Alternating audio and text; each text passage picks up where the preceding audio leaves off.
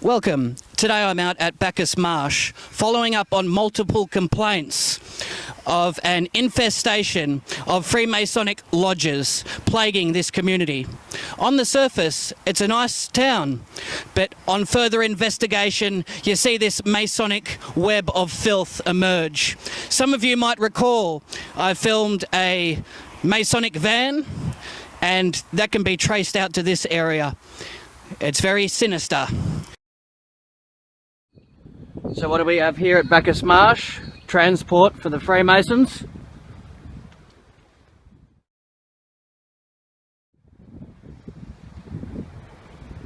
They're not even hiding it anymore. The Luciferian practices at these lodges are very alarming. People taking murderous oaths. We've seen the Duncan ritual. People are led in blindfolded. They call it coming from dark into light. And when the blindfold is taken off, there are swords at their throat. It is very dark, these rituals and these oaths. We need lodges like this removed and abolished.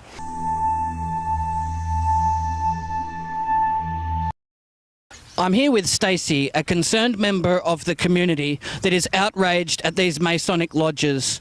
So tell me your thoughts on these establishments. How do they make you feel? They actually make me feel a bit sick to the guts, in reality. When I first moved back down here, I grew up here.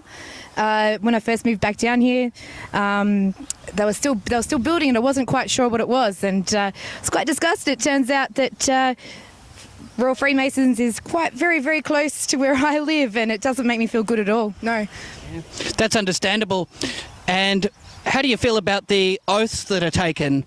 It is very dishonest, would you agree? 100%. I'm all about truth, and what, especially in politics, the judiciary system, and anywhere else, there's no point for a secret society. Why should that oath be taken above your own moral code or whatever you've signed up for? What's the point in the judiciary system swearing on a Bible when you've already taken an oath somewhere else? It's contradictory. It doesn't make sense. It's satanic. And from what I've learnt over the last year, and what I've seen with my own eyes, and all the dots match up, there's nothing pure about Freemasons. That's right. It's a global network of filthy characters that are partaking in Luciferian rituals. Do you feel that this casts a very dark shadow over the whole community? Yeah, absolutely, it does, and I find it quite a coincidence that this one in particular had only just finished being built, and when COVID came out, so it only just finished being built. How convenient was that? That's where all the elderly people started dying, and here we are, and it was built right on top of where chimneys behind us. You can see the chimneys behind us. You'll get a shot of that later. It seems weird where they built it on, where all the kilns are, and the mill that was here. I don't know. They're just my thoughts. Yes, it's a very suspicious facility here, and what we need in communities is proper transparency, not people engaging in cloak and dagger type rituals in secret. It's a very shady practice. We need people petitioning the removal of Masonic churches, halls and other aged care facilities that are taking place. 100%, and I just want to point out as well that a lot of these are the high up Masons. You need to be a somebody or go through the ranks to get right up.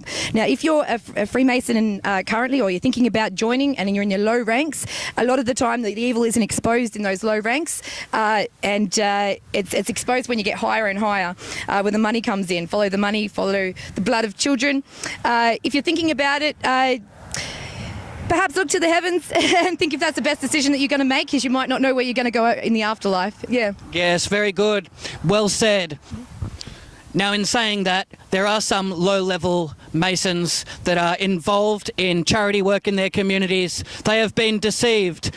Unbeknownst to them, what's taking place at the higher levels is Luciferian.